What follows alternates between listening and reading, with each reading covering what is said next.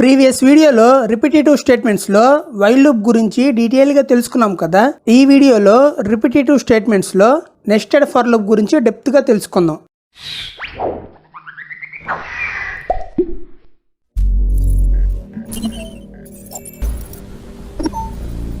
Video ఎక్కడ skip చేయకండి. మీరు స్కిప్ చేస్తే మంచి ఇంపార్టెంట్ పాయింట్స్ మిస్ అవుతారు. సో వీడియో మొత్తం చూడండి. మన ఛానల్ని ఎవరైనా సబ్స్క్రైబ్ చేసుకోకుంటే చేసుకోండి. అలాగే నోటిఫికేషన్స్ ఆన్ చేసుకోండి. మీకు మంచి డెప్త్ కంటెంట్ ఇస్తాం. Nested for loop. ఈ nested for లూప్కి pre requisites.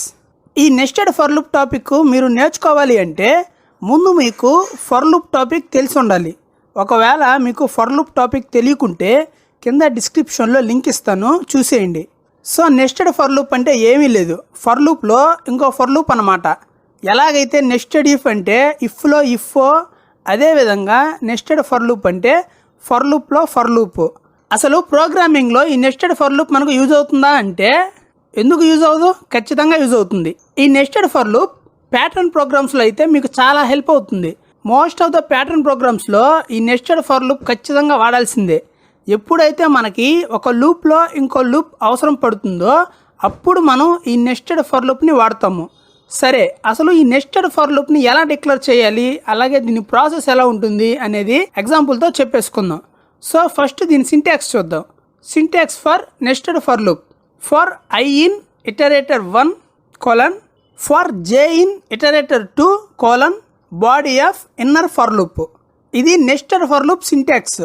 So for i in iterator 1 అని ఉంది కదా, దాన్ని మనం అవుటర్ ఫర్ లూప్ అని అంటాము. అండ్ దాని బాడీలో ఉన్న ఫర్ జే ఇన్ ఇటరేటర్ 2ని ఇన్నర్ ఫర్ లూప్ అని అంటాము. And for J in iterator 2 అనేది ఇన్నర్ ఫర్ లూప్ అని చెప్పాను కదా, దాంట్లో ఉంది body of inner for loop. ఈ విధంగా మనం నెస్టెడ్ ఫర్ లూప్ని డిక్లేర్ చేస్తాము.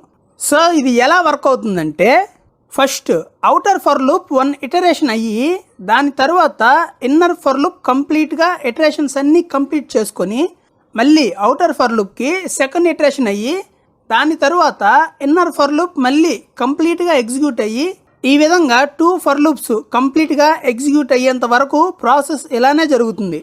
ఫస్ట్ ఒక శాంపుల్ ప్రోగ్రామ్ని చెప్పుకుందాం, దాని తర్వాత ఒక ఓన్ ప్రోగ్రామ్ చేద్దాం. ఇక్కడ ఆల్రెడీ నేను పైథాన్ ఎడిటర్ ఓపెన్ చేశాను, దాంట్లోనే రాద్దాం కోడ్. సపోజ్ ఒక ప్రోగ్రామ్ కనుక ఈ విధంగా ఉంటే for i in range of 4, దాని బాడీలో for J in range of 2, ఈ ఫర్ బాడీలో ప్రింట్ స్టేట్మెంట్ ఇస్తున్నాను, ప్రింట్ ఐ కమా జే. ఇప్పుడు ఈ ప్రోగ్రామ్ని ఎగ్జిక్యూట్ చేద్దాం, అవుట్పుట్ ఏమొస్తుందో చూద్దాం. అవుట్పుట్ చూడండి, 0 0 0 1 1 0 1 1 2 0 2 1 3 0 3 1 ఇలా వచ్చింది.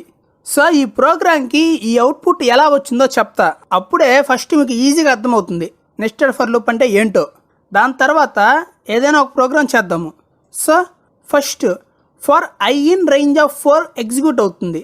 సో ఐ వాల్యూలో 0 స్టోర్ అవుతుంది. దాని తర్వాత body of outer for loop execute అవుతుంది. ఈ అవుటర్ ఫర్ లూప్ బాడీలో ఏముంది? ఇంకో ఫర్ లూప్ ఉంది. So for J in range of 2 execute అవుతుంది.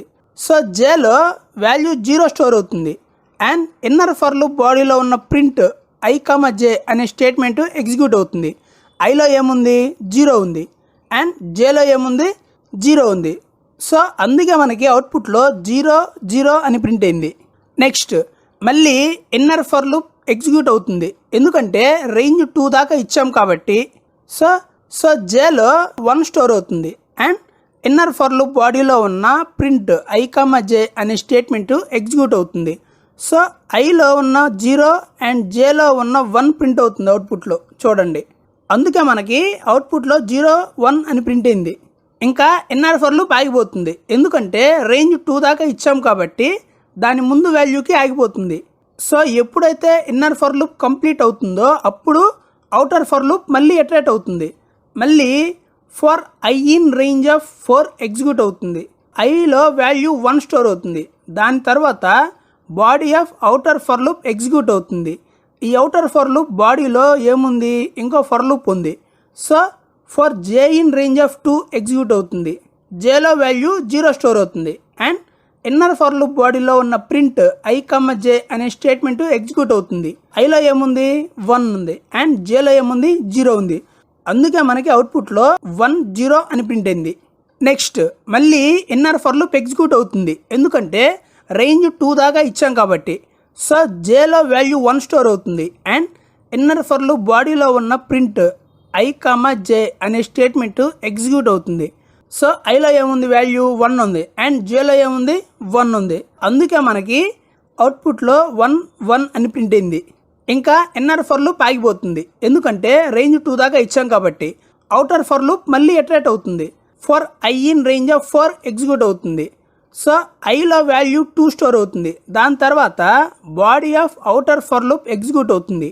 ఈ అవుటర్ ఫర్ లూప్ బాడీలో ఏముంది, ఇంకో ఫర్ లూప్ ఉంది. So for J in range of 2 execute అవుతుంది. జేలో వాల్యూ 0 స్టోర్ అవుతుంది అండ్ ఇన్నర్ ఫర్ లూప్ బాడీలో ఉన్న ప్రింట్ I, J అనే స్టేట్మెంట్ ఎగ్జిక్యూట్ అవుతుంది. ఐలో ఏముంది, 2 ఉంది, జేలో 0 ఉంది. సో అందుకే మనకి అవుట్పుట్లో 2 0 అని ప్రింట్ అయింది. నెక్స్ట్ మళ్ళీ ఇన్నర్ ఫర్ లూప్ ఎగ్జిక్యూట్ అవుతుంది. సో జేలో వాల్యూ 1 స్టోర్ అవుతుంది అండ్ ఇన్నర్ ఫర్ లూప్ బాడీలో ఉన్న ప్రింట్ I, J అనే స్టేట్మెంట్ ఎగ్జిక్యూట్ అవుతుంది. ఐలో ఏముంది, వాల్యూ 2 ఉంది అండ్ జేలో ఏముంది, వాల్యూ 1 ఉంది. సో అందుకే మనకు అవుట్పుట్లో 2 1 అని ప్రింట్ అయింది. ఇంకా ఇన్నర్ ఫర్ లూప్ ఆగిపోతుంది, ఎందుకంటే రేంజ్ 2 దాకా ఇచ్చాం కాబట్టి. మళ్ళీ for I in range of 4 execute అవుతుంది. ఐలో వాల్యూ 3 స్టోర్ అవుతుంది. దాని తర్వాత body of outer for loop execute అవుతుంది. ఈ అవుటర్ ఫర్ లూప్ బాడీలో ఏముంది, ఇంకో ఫర్ లూప్ ఉంది. So for J in range of 2 execute అవుతుంది. ఐలో వాల్యూ ఏం స్టోర్ ఉంది, 3 అండ్ జేలో ఏం వాల్యూ ఉంది, 0 అండ్ ఇన్నర్ ఫర్ లూప్ బాడీలో ఉన్న ప్రింట్ I, J అనే స్టేట్మెంట్ ఎగ్జిక్యూట్ అవుతుంది. సో అందుకే మనకు అవుట్పుట్లో 3 0 అని ప్రింట్ అయింది. నెక్స్ట్ మళ్ళీ ఇన్నర్ ఫర్ లూప్ ఎగ్జిక్యూట్ అవుతుంది. సో జే వాల్యూ ఎంత, 1 అండ్ ఇన్నర్ ఫర్ లూప్ బాడీలో ఉన్న ప్రింట్ I, J అనే స్టేట్మెంట్ ఎగ్జిక్యూట్ అవుతుంది. ఐలో ఎంత ఉంది, వాల్యూ 3 ఉంది అండ్ జేలో ఎంత ఉంది, 1 ఉంది. సో అందుకే మనకి అవుట్పుట్లో 3 1 అని ప్రింట్ అయింది. ఇంకా ఇన్నర్ ఫర్ లూప్ ఆగిపోతుంది, ఎందుకంటే రేంజ్ 2 దాకా ఇచ్చాం కాబట్టి. అలాగే అవుటర్ ఫర్ లూప్ కూడా ఆగిపోతుంది, ఎందుకంటే రేంజ్ ఆఫ్ 4 దాకా ఇచ్చాం కాబట్టి. సో ఈ విధంగా ఒక నెస్టెడ్ ఫర్ లూప్ వర్క్ అవుతుంది. First outer for loop 1 iteration అయ్యి దాని తర్వాత ఇన్నర్ ఫర్ లూప్ కంప్లీట్గా ఇటరేషన్స్ అన్నీ కంప్లీట్ చేసుకొని మళ్ళీ అవుటర్ ఫర్ లూప్కి సెకండ్ ఇటరేషన్ అయ్యి దాని తర్వాత ఇన్నర్ ఫర్ లూప్ మళ్ళీ కంప్లీట్గా ఎగ్జిక్యూట్ అయ్యి ఈ విధంగా 2 ఫర్ లూప్స్ కంప్లీట్గా ఎగ్జిక్యూట్ అయ్యేంత వరకు ప్రాసెస్ ఇలానే జరుగుతుంది. ఇప్పుడు నెస్టెడ్ ఫర్ లూప్ని యూజ్ చేసుకొని ఒక ప్రోగ్రామ్ రాద్దాము. ప్రోగ్రామ్ క్వశ్చన్ ఏంటంటే, మనకి ఒక లిస్ట్ ఆఫ్ స్ట్రింగ్స్ని ఇస్తారు. ఆ లిస్ట్లో ఉండే స్ట్రింగ్స్లో ప్రతి క్యారెక్టర్ని ప్రింట్ చేయాలి లైన్ బై లైన్.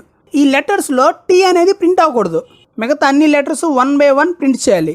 సపోజ్ ఇది చూడండి, లిస్ట్ ఆఫ్ స్ట్రింగ్స్ కనుక ఇలా ఉంటే tic comma tac comma toe, దీని అవుట్పుట్ ఇలా రావాలి, ICOCOE. సో ఇక్కడ టిక్ టాక్ టోలో ఉన్న టీ అనే ఎలిమెంట్ మనకి ఇక్కడ ప్రింట్ అవ్వలేదు చూడండి.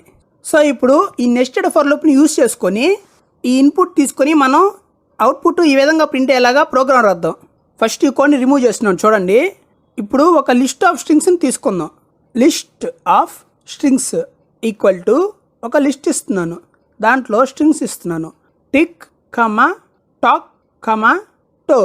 చూడండి ఇక్కడ ఒక లిస్ట్ని డిక్లేర్ చేసాము. ఆ లిస్ట్లో 3 స్ట్రింగ్స్ ఇచ్చాను.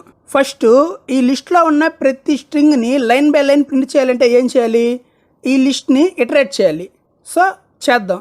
For I in list of strings. ఇప్పుడు వీటిని ప్రింట్ చేద్దాం. Print I. ప్రోగ్రామ్ ఎగ్జిక్యూట్ చేస్తున్నాను. అవుట్పుట్ చూడండి, లిస్ట్లో ఉన్న ప్రతి స్ట్రింగ్ నాకు సపరేట్ లైన్లో ప్రింట్ అయ్యాయి. సో ఇప్పుడు ఈ స్ట్రింగ్స్లో ఉన్న ప్రతి లెటర్ని లైన్ బై లైన్ ప్రింట్ చేద్దాం. ఫస్ట్ ఈ I అనే టెంపరీ వేరియబుల్లో లిస్ట్లో ఉన్న ఫస్ట్ స్ట్రింగ్ స్టోర్ అవుతుంది, అది టిక్. మీకు ఆల్రెడీ తెలుసు స్ట్రింగ్ అనేది కూడా ఒక ఇటరేటర్ అని. సో ఈ స్ట్రింగ్ని ఇటరేట్ చేయాలి అంటే ఏం చేయాలి, ఇంకో ఫర్ లూప్ యూస్ చేయాలి. సో ఇంకొక ఫర్ లూప్ కూడా ఇచ్చి ఈ స్ట్రింగ్ని ఇటరేట్ చేద్దాం. For J in I print j. ఇప్పుడు ఈ ప్రోగ్రామ్ని ఎగ్జిక్యూట్ చేద్దాం. అవుట్పుట్ చూడండి, లిస్ట్లో ఉన్న స్ట్రింగ్స్లో ప్రతి ఒక్క క్యారెక్టరు ఇండివిజువల్గా సపరేట్ లైన్లో ప్రింట్ అయ్యాయి. కానీ మనకి ఈ లెటర్స్లో టీ అనేది ప్రింట్ అవ్వకూడదు. సో ప్రింట్ అవ్వకూడదు అంటే ఏం చేయాలి, దానికి మనం కండిషన్ ఇవ్వాలి. సో ఇద్దాము, if J not equal to t. ఇప్పుడు ఈ ప్రింట్ని ఒక ఇండెంటేషన్ ముందుకు జరుపుదాం. సో ఈ కండిషన్ ఏంటంటే ఎప్పుడైతే జేలో ఉండే క్యారెక్టరు టీకి ఈక్వల్ కాదో అప్పుడు దాన్ని అవుట్పుట్లో ప్రింట్ చేయమని. ఇప్పుడు ఈ ప్రోగ్రామ్ ఎగ్జిక్యూట్ చేద్దాం. అవుట్పుట్ చూడండి, లిస్ట్లో ఉన్న ప్రతి స్ట్రింగ్ ఇండివిజువల్ క్యారెక్టరు డిస్ప్లే అయింది. ఇందాక మనం క్వశ్చన్కి అవుట్పుట్ చూపించాం కదా, అదే ఇది. ఇప్పుడు ఈ ప్రోగ్రామ్ ఒకసారి ఎక్స్ప్లెయిన్ చేసుకుందాం. ఫస్ట్ లిస్ట్ ఆఫ్ స్ట్రింగ్స్ అనే లిస్ట్లో టిక్ టాక్ టో అనే స్ట్రింగ్స్ని తీసుకున్నాం. Next for i in list of strings అనే లూప్ స్టేట్మెంట్ ఎగ్జిక్యూట్ అవుతుంది. అండ్ ఐ అనే టెంపరీ వేరియబుల్లో టిక్ అనే స్ట్రింగ్ స్టోర్ అవుతుంది. నెక్స్ట్ ఫర్ లూప్లో ఉన్న బాడీ ఎగ్జిక్యూట్ అవుతుంది. సో ఈ బాడీలో ఇంకో ఫర్ లూప్ ఉంది కదా, ఫర్ జే ఇన్ ఐ అని ఈ ఫర్ లూప్ ఎగ్జిక్యూట్ అవుతుంది. అండ్ జే అనే టెంపరీ వేరియబుల్లో ఐలో ఉండే ఫస్ట్ లెటర్ స్టోర్ అవుతుంది, అది టీ. దాని తర్వాత ఈ ఫర్ లూప్ బాడీ కూడా ఎగ్జిక్యూట్ అవుతుంది. సో దాని బాడీలో ఏముంది, if J not equal to tea. జేలో ఏముంది, టీ ఉంది. Tea not equal to tea, condition false కదా. సో కండిషనల్ స్టేట్మెంట్లో ఉన్న ప్రింట్ స్టేట్మెంట్ ఎగ్జిక్యూట్ అవ్వదు. సో మళ్ళీ ఫర్ జే ఇన్ ఐ అనే స్టేట్మెంట్ ఎగ్జిక్యూట్ అవుతుంది. ఐలో స్ట్రింగ్లో ఉన్న సెకండ్ ఎలిమెంట్ స్టోర్ అవుతుంది అండ్ దాని బాడీ ఎగ్జిక్యూట్ అవుతుంది. సో దాని బాడీలో ఏముంది, if J not equal to tea. So జేలో ఏముంది, ఐ ఉంది. I not equal to tea, condition ట్రూవే కదా. సో కండిషనల్ స్టేట్మెంట్లో ఉన్న ప్రింట్ స్టేట్మెంట్ ఎగ్జిక్యూట్ అవుతుంది. అందుకే మనకి అవుట్పుట్లో ఐ అని ప్రింట్ అయింది. ఇప్పుడు మళ్ళీ ఫర్ జే ఇన్ ఐ అనే స్టేట్మెంట్ ఎగ్జిక్యూట్ అవుతుంది. జేలో స్ట్రింగ్లో ఉన్న థర్డ్ ఎలిమెంట్ స్టోర్ అవుతుంది అండ్ దాని బాడీ ఎగ్జిక్యూట్ అవుతుంది. సో దాని బాడీలో ఏముంది, if J not equal to tea. జేలో ఏముంది, సి ఉంది. C not equal to tea, condition ట్రూవే కదా. సో కండిషనల్ స్టేట్మెంట్లో ఉన్న ప్రింట్ స్టేట్మెంట్ ఎగ్జిక్యూట్ అవుతుంది. అందుకే మనకి అవుట్పుట్లో సి అనేది ప్రింట్ అయింది. ఇంకా స్ట్రింగ్లో ఏ ఎలిమెంట్స్ లేవు కాబట్టి మళ్ళీ అవుటర్ ఫర్ లూప్ ఎగ్జిక్యూట్ అవుతుంది. For i in list of strings అనే లూప్ స్టేట్మెంట్ ఎగ్జిక్యూట్ అవుతుంది. అండ్ ఐ అనే టెంపరీ వేరియబుల్లో సెకండ్ ఎలిమెంట్ టాక్ అనే స్ట్రింగ్ స్టోర్ అవుతుంది. నెక్స్ట్ ఫర్ లూప్లో ఉన్న బ్లాక్ ఆఫ్ కోడ్ ఎగ్జిక్యూట్ అవుతుంది. సో ఈ బాడీలో ఇంకో ఫర్ లూప్ ఉంది కదా, ఫర్ జే ఇన్ ఐ. ఈ ఫర్ లూప్ ఎగ్జిక్యూట్ అవుతుంది అండ్ జే అనే టెంపరీ వేరియబుల్లో స్ట్రింగ్లో ఉండే ఫస్ట్ లెటర్ స్టోర్ అవుతుంది, అది టీ. దాని తర్వాత ఈ ఫర్ లూప్ బాడీ కూడా ఎగ్జిక్యూట్ అవుతుంది. సో దాని బాడీలో ఏముంది, if J not equal to tea. So జేలో ఏముంది, టీ ఉంది. Tea not equal to tea, condition false కదా. సో కండిషనల్ స్టేట్మెంట్లో ఉన్న ప్రింట్ స్టేట్మెంట్ ఎగ్జిక్యూట్ అవ్వదు.